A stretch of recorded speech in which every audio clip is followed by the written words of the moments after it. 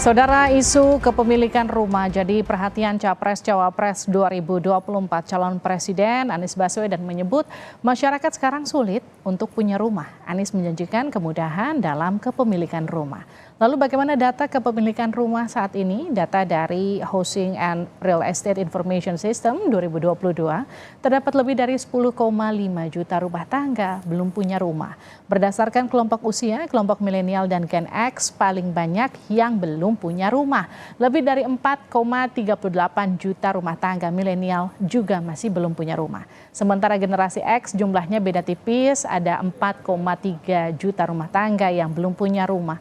Generasi Z ada lebih dari 97 ribu rumah tangga yang juga belum punya rumah.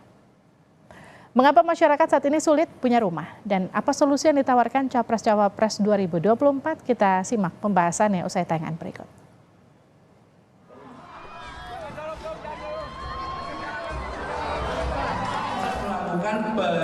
Calon Presiden nomor urut 1 Anies Baswedan berjanji bakal mempermudah pengajuan kredit perumahan rakyat KPR untuk pekerja informal. Anies mengatakan masyarakat belum bisa punya rumah lantaran persyaratan yang sulit, termasuk persyaratan dengan perbankan. Ia pun menjanjikan jika nanti terpilih, aturan untuk mendapatkan KPR bakal diubah.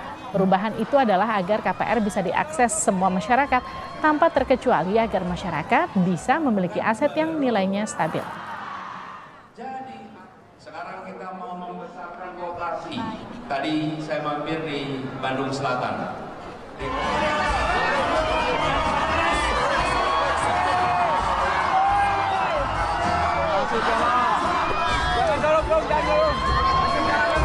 Banyak sekali masyarakat yang pada saat ini membutuhkan rumah dan mereka membutuhkan akses untuk bisa KPR. Tapi KPR kita itu KPR yang belum memfasilitasi semua. Mereka yang bekerja di sektor formal mudah dapat KPR, tapi mereka yang bekerja mandiri, mereka yang informal, non-formal itu kesulitan. Capres nomor urut 1 Anies Baswedan berjanji bakal mempermudah pengajuan KPR untuk pekerja informal. Bagaimana konkretnya janji Anies dan apakah pasangan Capres-Cawapres lain juga punya program rumah murah untuk warga? Kita bahas bersama juru bicara Anies Muhaimin, Angga Putra, kemudian ada jubir TKN Prabowo Gibran Intan Fauzi dan juru bicara TPN Ganjar Mahfud Tama Langkun. Kita masih mencoba menghubungi Intan Fauzi dan juga Tama Langkun yang masih belum terhubung, namun sudah terhubung bersama kami. Ini adalah Angga Putra, jubir dari pasangan Anies Muhaimin. Mas Angga, selamat petang. Selamat petang, Mbak. Jadi Pak Anies nih janji mempermudah pengajuan KPR, skemanya gimana? Iya, jadi kan sebenarnya intinya sekarang itu pembangunan yang dilakukan sama developer itu berdasarkan statistik perumahan Permen PU itu cuma 4%. Nah, salah satu saluran untuk menyalurkan KPR itu lewat pembangunan yang dilakukan oleh developer gitu. Jadi LPP itu cuma bisa dipakai oleh developer, sehingga kita itu berniat untuk menaikkan itu, menambah itu gitu. Jadi kontribusi developer bisa lebih banyak, dan orang-orang yang sebelumnya membangun sendiri yang 82% itu yang belum bisa akses KPR itu juga bisa akses ke KPR gitu, sehingga orang-orang bisa lebih mudah untuk dapat. Karena kan segini, sekarang itu orang bisa dapat KPR dengan mudah itu kalau dia kerja tetap. Sedangkan di era sekarang itu orang tidak semuanya kerja tetap gitu, banyak yang kerjanya by kontrak gitu ya. Nah, tapi sebenarnya secara kemampuan mereka mampu gitu. Sekarang itu mungkin mereka bisa dapat KPR tapi harganya lebih mahal daripada orang yang kerja tetap gitu kira-kira. Nah, ini yang coba diselesaikan gitu, karena berdasarkan data yang kami punya, setiap tahun itu ada 1 juta orang keluarga baru, 1 juta keluarga baru maaf, yang menikah. Kalau setengahnya aja butuh KPR, butuh rumah baru, berarti ada 500.000 orang yang butuh rumah baru gitu. Sedangkan per hari ini aja sudah 12 juta backlog se-Indonesia gitu kira-kira. Orang yang butuh rumah tapi nggak ada rumahnya itu 12 juta. Sehingga kita butuh mendorong lebih banyak orang bisa akses rumah kira-kira gitu. Makanya Pak Anies sendiri menyatakan bahwa kita akan mendorong KPR untuk semua yang sudah formal, kerja formal itu KPR-nya kalau rumah pertama itu dapatnya lebih murah, karena kan sekarang KPR bunganya cukup tinggi ya, bunganya lebih murah sehingga lebih terjangkau. Lalu untuk yang selama ini kerjanya kerja lepas gitu ya, pekerja informal, freelancer, artis, musisi, selebgram, YouTuber dan segala macamnya yang nggak bisa beli rumah pakai KPR, itu kita dorong supaya mereka bisa uh, akses KPR juga gitu, sehingga lebih banyak orang yang bisa punya rumah pertama, kira-kira gitu. Oke, wacana atau programnya oke, tapi kalau yang jadi pertanyaan memang mudah merealisasikan itu. Konkretnya gimana Mas Angga? Ya sebenarnya kalau misalnya ditanya gimana cara implementasinya, itu kan aturan yang dikeluarkan sama pemerintah gitu ya Mbak ya. Program FLPP itu program pemerintah gitu. Kita bisa membuat itu jadi lebih mudah aksesnya gitu. BUMN kan juga ada di tangan pemerintah gitu. Dia bank milik pemerintah gitu. Kita bisa mendorong lewat situ gitu, lewat kredit yang disalurkan lewat BUMN, bank BUMN gitu. Juga lewat program yang diinisiasi sama Kemen PUPR, atau misalnya Oke, pembangunan yang dikerjakan sama BUMN juga baik. gitu, kan ada Perumnas dan lain-lain gitu kira-kira. Saya ke Mbak Intan Fauzi. Mbak Intan sudah bergabung? Mas Tama Langkun juga sudah bergabung ya? Mas Tama? Ya, Halo. Oke. halo, Assalamualaikum. Waalaikumsalam. Ini kita tunggu visual kalian berdua, Mas Tama dan juga Mbak Intan masih belum Berdua? ditampilkan di layar kami. Tapi saya ke Mbak Intan dulu, Mbak Intan. Oke. Pak Ganjar ini kan, kemudian Pak Prabowo Gibran, ini kan punya program di sektor perumahan. Salah satunya membangun rumah tapak dan juga rumah susun ya, atau hunian vertikal. Betul ya Mbak Intan ya? Ini kan masing-masing 500.000 unit. Ini bagaimana penerapannya nanti? Jadi masing-masing capres nih nampaknya punya program untuk kemudian rumah murah untuk warga. Tapi kalau tadi versinya Pak Anies sudah dijelaskan, versinya Pak Prabowo gimana Mbak Intan? Baik, jadi kalau tentunya dengan jumlah masyarakat kita yang besar, kebutuhan rumah backlog ini memang relatif masih tinggi. Dan sebagai kebutuhan dasar, selain tentunya sandang dan pangan, papan ini rumah menjadi kebutuhan setiap individu. Apakah dia sudah berkeluarga atau yang memang membutuhkan rumah. Nah, tapi tentu ketersediaan rumah sekarang ini kalau kita bicara pemerintah, penyediaan rumah FLPP, terus kemudian rumah bersubsidi, itu kan sebetulnya sudah dibangun oleh PUPR sudah relatif cukup banyak. Dan kalau bicara apakah itu landed rumah tapak menjadi pilihan, ya memang dengan ketersediaan lahan di kota-kota besar tentu ini ada keterbatasan. Tapi program PUPR dengan rumah bersubsidi yang kita sebutnya rumah bersubsidi ya, karena dengan rumah bersubsidi itu biasanya tipe 21 sampai 36 untuk masyarakat berpenghasilan rendah, itu sudah banyak dan sudah sangat mudah diakses oleh masyarakat. Kalau dari pasangan Anies Imin itu lebih ke program KPR murah begitu. Programnya Pak Prabowo itu dengan 500.000 unit rumah, hunian tapak maupun vertikal. Tapi bagaimana untuk realisasinya di pedesaan-pedesaan seperti itu Mbak Intan? Ya, jadi pemerintah terus membangun untuk perumahan bersubsidi bagi MBR. Kalau kemudian rencana dari salah satu yang saya baca di media ya, dari nomor 1 bahwa kemudian untuk pekerja informal bisa KPR itu tidak dipermudah. Tentu siapa yang tidak setuju, artinya kita semua menginginkan rumah dengan mudah. Tapi kan perlu dilihat menyelesaikan satu masalah. Menyelesaikan satu masalah di mana masyarakat bisa mendapatkan akses mudah, tapi kemudian NPL tinggi, ini akan jadi masalah besar. Baik, Mbak Intan, kita jeda sejenak, nanti kita akan lanjutkan. Saya juga akan memberikan pertanyaan mengenai program kerjanya pasangan Ganjar Mahfud bersama dengan Mas Tama, tapi kita harus jeda azan maghrib terlebih dahulu untuk wilayah Jakarta dan sekitarnya. Kita kembali lanjutkan perbincangan mengenai program Capres-Cawapres di Pilpres ini mengenai rumah murah untuk masyarakat. Saya ke timnya Pak Ganjar Mahfud, ada Mas Tama Langkun. Mas Tama, Pak Ganjar Mahfud ini kan punya program 2 juta rumah per tahun, betul ya? Koreksi saya kalau salah. Ini bisa nggak tercapai? Cara untuk menuju ke sana, apa yang sudah direncanakan? Programnya seperti apa nanti? Halo. Yes, Mas Tama. Ya, nah terkait dengan ide ini tentu saja kalau dari program kita ya Mbak, jadi dari pasangan Ganjar Mahfud kita memang akan merencanakan ada 10 juta sampai dengan tahun 2029 itu Oke. adalah rumah atau hunian begitu untuk pasangan muda. Jadi memang secara program ini coba kita lakukan itu melihat atau belajar dari hal yang Mas Ganjar kerjakan itu di Jawa Tengah. Kita ada program tuku lemah oleh oleh rumah, kira-kira gitu. Jadi bahasa Jawanya kita beli tanah dapat rumah.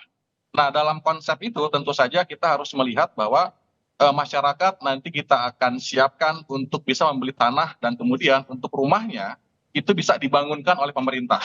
Dan tentu saja ini semuanya menggunakan skema kredit. Jadi dalam konteks seberapa visible program ini dikerjakan, tentu saja kita harus melihat dari berbagai macam aspek, berbagai macam faktor. Jadi kita juga tidak bisa kemudian membebankan semuanya kepada perbankan. Karena kalau kemudian kita misalnya menjanjikan DP 0%, nah tentu saja nanti yang kewalahan adalah perbankan. Kalau perbankan kemudian dia dalam konteks yang kolaps, kita bisa kembali ke 97, kira-kira begitu. Nah itu kita nggak mau terjadi. Makanya kemudian tetap tanahnya akan dikredit oleh masyarakat, itu jumlahnya ada sekitar 10 juta rumah, rencana kita sampai dengan 2029, dan secara pengerjaan tentu akan dibantu oleh pemerintah untuk rumah sederhananya, kira-kira begitu. Jadi ini menjadi penting, karena kalau kita lihat soal rumah ini udah menjadi kebutuhan begitu, khususnya untuk pasangan muda, begitu Mbak Livia. Lalu proses pendanaannya akan seperti apa Mas Tama nanti? Ya tentu begini, kalau dalam konteks pendanaan tentu kita akan melihat ya dari visi misi yang Mas Ganjar dan Prof Mahfud sampaikan, itu kita meletakkan 3 fondasi utama Mbak Livia. Yang pertama adalah ketersediaan anggaran atau pelipat gandaan anggaran, yang kedua adalah pemberantasan korupsi, dan yang ketiga itu adalah soal digitalisasi birokrasi. Nah tentu saja anggaran kita akan tetap memaksimalkan dari APBN maupun investasi, yang pada intinya adalah tetap masyarakat tetap harus membayar, meskipun kita akan bantu, kita akan buat murah dan sesuai dengan profil. Karena kalau kemudian kita misalnya hanya misalnya memberikan kepada masyarakat, kemudian secara perbankan dia tidak visible, itu akan membebankan bagi perbankannya.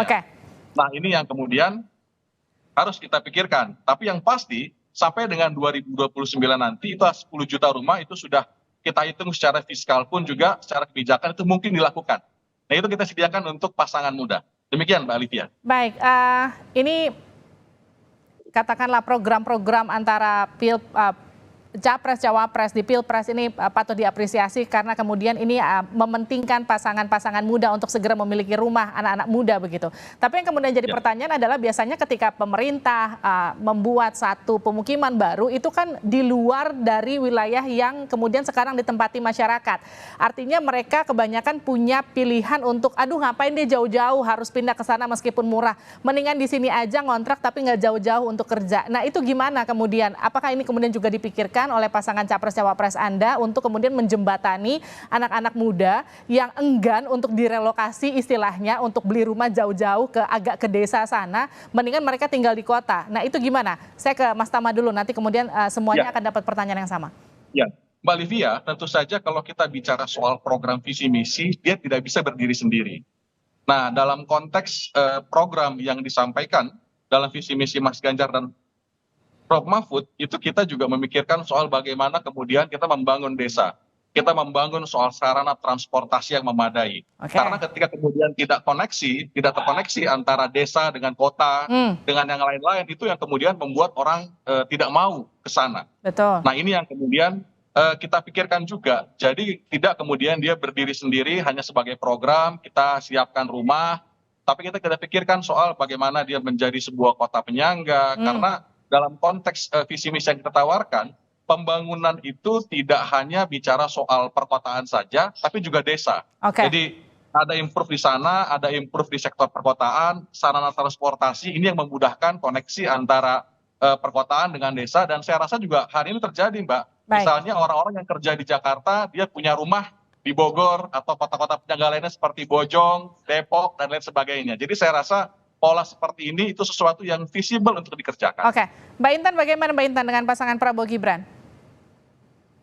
Baik, jadi kalau kita bicara pasangan Prabowo Gibran, kita itu punya asta cita visi misi Prabowo Gibran. Dan kalau bicara tadi disampaikan bahwa landed house karena keterbatasan lahan segala macam, jadi minggir lah ya. Kan Pak Jokowi ini terus membangun transportation hub, itu terjadi di mana-mana, konektivitas. Nah ini tentu sangat menjadi penting, konektivitas, sehingga transportasi orang, transportasi barang, yang kemudian perekonomian tentu akan signifikan secara meningkat kalau bicara transportasi barang, sehingga mobilitas dari orang-orang yang produktif ini bisa dengan mudah. Lalu bicara juga, kami itu punya visi misi dari Prabowo Gibran adalah impian kami semua rakyat Indonesia itu mempunyai pekerjaan yang layak. Kenapa? Kalau setiap rakyat Indonesia mempunyai pekerjaan yang layak, maka otomatis daya beli itu akan meningkat.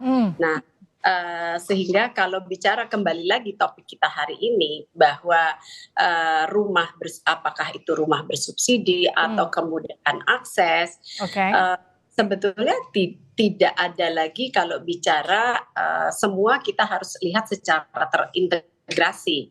Di satu sisi sudah ada rumah tipe 21, 36, ini rumah bersubsidi, gitu kan, ini bagi masyarakat berpenghasilan rendah. Kemudian kalau bicara lagi backlog perumahan, ini terus dibangun, baik bekerja sama dengan swasta, BUMN dalam hal ini leading sektornya. Terus kemudian di satu sisi lain kita harus tentunya memperkuat perbankan. Kenapa? Orang mengajukan KPR itu, persyaratan perbankan itu harus ketat. Misalnya surat keterangan kerja, kemudian sekarang itu sudah lebih dipermudah, 50% dari gaji sudah bisa cicilan. Lalu kenapa usia produktif, dan terlebih lagi sekarang ini ada insentif, yaitu gratis PPN untuk rumah di bawah 2 miliar. Nah ini kan salah satu solusi, dan ini sudah berlaku di sekarang ini bagi masyarakat. Era pemerintahannya Pak Jokowi. Jadi sebetulnya solusi itu sudah ada gitu. Dan ya, baik. Ya. Dan tentu kita bicara tadi, saya ujungnya adalah kan kalau kredit itu ke perbankan ya. Nah, perbankan ini harus mendapatkan trust dari masyarakat, harus liquid. Karena apa? Karena dana yang dikumpulkan oleh perbankan itu secara undang-undang adalah dana masyarakat. Artinya perbankan itu harus betul-betul ketat, rigid, mengikuti aturan, sehingga masyarakat itu mendapatkan kepercayaan. Kita bicara misalnya nih pekerja informal, apakah dia buka ataupun UMKM yang dia kan menyimpan dananya di perbankan. Nah tentu setiap saat dia harus juga, masyarakat itu bisa mengambil dananya. Di sinilah pentingnya jangan sampai di satu sisi memberikan kredit perumahan lalu tapi NPL-nya tinggi, gitu kan. Nah, ya banknya kolaps yang tadi Mas Tama sampaikan. Kemudian juga dulu kita pernah mendengar juga rumah DP 0%. Ujung-ujungnya itu kan Rusunawa yang terbangun, kita bicara di Pulau Gebang nih, di Jakarta Timur ya, Rusunawa. Masih banyak yang belum diakses. Kenapa? Karena DP 0% itu persyaratannya ternyata juga tidak mudah, karena tetap saja ke perbankan kan, penghasilan 7 juta dan sebagainya. Sementara kalau kita bicara DP 0% dengan rentetannya banyak itu, sekarang ini juga sudah bisa DP persen. BUMN ini udah bisa nih sekarang. Baik, Mas Angga gimana Mas Angga? Ya, pertama klarifikasi dulu, DP 0 itu tidak ke Rusunawa, mungkin informasinya Bu Intan agak kurang tepat, tapi capaian okupasi dari DP 0 itu sekarang itu 90%. Jadi iya itu di DKI Bu, karena saya ngerjain Bu, jadi saya tahu. Jadi itu 90%, alhamdulillah semua masyarakat tertarik. Cuma memang kendalanya berbagai macam kendala. Salah satunya adalah bahwa harga yang ditentukan terlalu rendah untuk Jakarta. Itu yang membuat suburbanisasi pindah urban strolling ke daerah-daerah yang tadi disebut. kebutuhannya rumahnya di Jakarta, tapi karena segala aturan yang ada sekarang, semua nggak bisa akses, akhirnya aksesnya biasanya ke Jonggol, ke Maja, daerah-daerah suburbanisasi yang membuat orang datang ke kota, itu harus akses mobil lagi, transportasinya publiknya buruk dan segala macamnya. Makanya sebenarnya backlog yang ada di Indonesia saat ini 12 juta, itu 10 jutanya ada di perkotaan, 2,7 juta ada di pedesaan, sehingga mendorong orang membangun landed house itu sebenarnya kurang tepat, karena yang butuh hunian banyak itu 10 juta itu ada di perkotaan. Perkotaan itu Bandung, Jakarta, Medan, Surabaya dan segala macamnya, di mana untuk bangun rumah landed itu juga susah gitu ya. Tanahnya udah nggak ada. Makanya dulu Pak Anies Baswedan di 2022 saat masih jadi gubernur itu mempermudah kriteria untuk membangun rumah tingkat kira-kira gitu ya, 4 lantai, 8 lantai, bahwa semakin dekat ke transportasi publik itu boleh membangun lebih tinggi daripada yang jauh dari transportasi publik. Itu yang sudah dikerjakan di Jakarta. Sehingga ketika nanti mendorong itu dibawa ke nasional, itu jadi lebih mudah lagi. Ketika kota-kota di Jakarta, kota-kota di Indonesia, itu ada rumah 4 sampai 8 lantai yang dekat transportasi publik, semua orang bisa naik transportasi publik yang baik gitu, transportasi publiknya dibenahi dan segala macamnya. Dan tadi ada bilang bahwa nanti NPL dan segala macam lalala gitu ya, kaitan sama bank gitu. Yang perlu dipastikan bahwa net interest margin di Indonesia itu udah cukup tinggi. Itu juga jadi concernnya Pak Jokowi, bahwa pendapatan bank dari bunga itu udah sangat tinggi sekarang. Kalau boleh saya bacain NIM di Bank BUMN, itu Bank BRI tahun 2022 itu NIM-nya 51,4 triliun, naik 6,8%. BNI 18,3 triliun, Mandiri 41,2 triliun, BTN 3,04 triliun. Jadi sebenarnya mungkin alokasinya ada gitu ya. Bisa jadi dengan cara bank mengurangi keuntungannya gitu segala macam dan lain-lainnya gitu ya. Dan kalau menurut saya, negara itu tidak boleh antipati dengan orang yang berusaha punya rumah pertama. Kalau misalnya kereta cepat bisa dijamin oleh negara, proyek-proyek seperti IKN bisa dijamin negara, kenapa orang mau punya rumah harus dipikirkan nanti NPL, nanti banknya kolaps, nanti segala macamnya. Lah, program yang lain juga dijamin sama negara. Kenapa orang pengen punya rumah, itu negara nggak bisa menjamin itu. Ada Jamkrindo, ada Askrindo, toolsnya banyak, tinggal negara mau ngelakuin apa enggak. Dan kredit murah itu nggak cuma ada di Indonesia, Mbak. Di negara-negara lain, itu kredit murah itu udah ada. Di negara-negara lain, kredit flat 30 tahun, 5% itu udah ada, kira-kira gitu ya. Dan rata-rata bunga bank di Indonesia itu lebih tinggi dari negara-negara yang ada di sekitarnya. Rata-rata bunga bank di Indonesia itu 9% per tahun. Tapi di Singapura, di Thailand mungkin 5%, 6% gitu. Jadi sebenarnya bunga KPR di Indonesia itu cukup tinggi. Tapi bank juga punya dapat keuntungan yang lumayan dari bunga gitu, sehingga kita mendorong, misalnya satu lagi. Kita mendorong BUMN juga nggak jadi market player gitu. Kita tahu ada hunian yang dibangun di atas stasiun di Jakarta. Itu dibangun sama BUMN, harganya sama kayak yang dibangun swasta.